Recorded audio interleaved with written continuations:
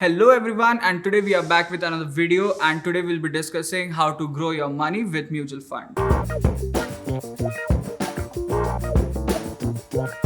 So let's start with extremely basic teeny tiny tip. We'll be starting with basic foundation of how everything around mutual fund works. So we'll be starting with basic what is mutual fund. So let's say key mutual fund is a basket, okay, in which there are multiple of stocks which are present in the basket, and you can have an exposure to that basket with a very minimal small amount, and that basket of stock is managed by someone else so that you don't have to do any research, any headache. None of headache is yours. It is all the person's job, the fund manager's job, to make sure your fund grows adequately year on year. That is what extremely layman language mutual fund is. Basically, your work someone else is doing on behalf of you.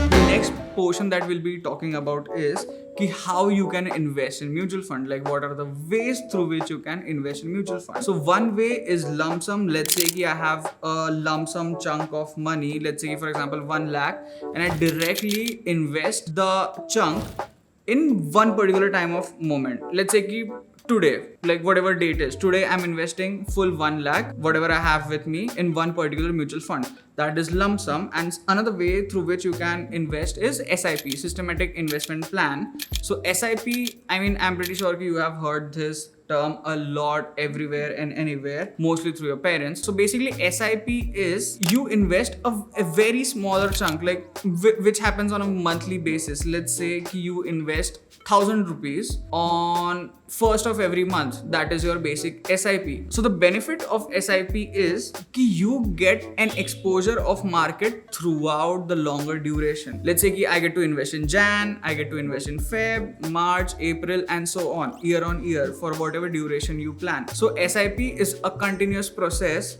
unless until you liquidate your funds. So that is how SIP works. And SIP is the best possible way to compound your growth, to compound your money and have a multi-bagger good returns, which are extremely comfortable for you, which does beat your inflation and gives you a pretty handsome return in your hand.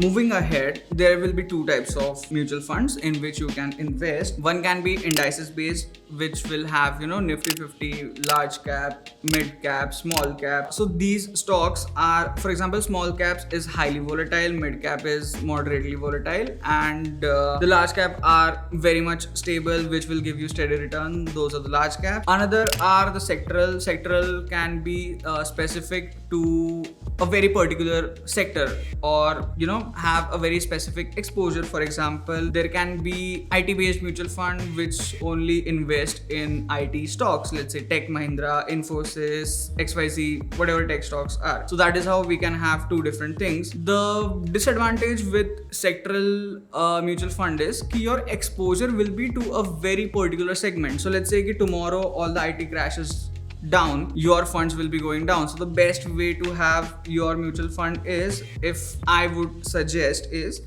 have moderate exposure to all three indices, like small cap, mid cap, and large cap, so that it is perfectly balanced, your risk is maintained, and according to your appetite of risk, you can have divide your funds into these three indices.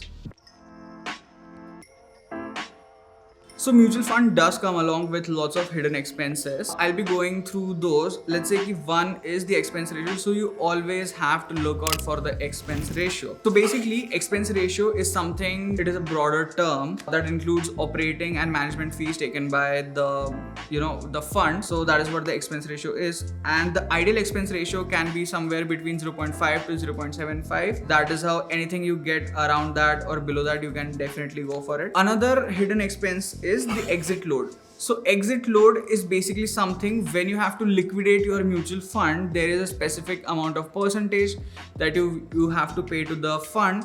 That is when the exit load comes into the picture. Most of the time, exit load is applicable if you liquidate your funds 12 months prior. another concluding point that I would like to add is, I personally use Grow, on which I can have an access to stocks and mutual fund both. So when I go on that segment and whenever I select any mutual fund, so when I scroll down, I'll be able to get a proper composition of the mutual fund, of the fund, of where do they have the exposure to which segment and in what percentage, so that it will keep you updated how much exposure do you have to a particular sector. Another concluding part is कि usually these funds are rebalanced every particular time. Let's say कि most of लोगों का rebalancing होता है in 3 months. So basically what rebalancing is, कि after a point of time your fund manager will evaluate कि how your fund is performing, and if he feels कि they have to pull out from this stock and invest in another well performing stock, that is what they do when it's the time for rebalance. So it happens usually around in 3 to 6 months. It is none of our business, but it is just something that you can be aware of. So that's it for today.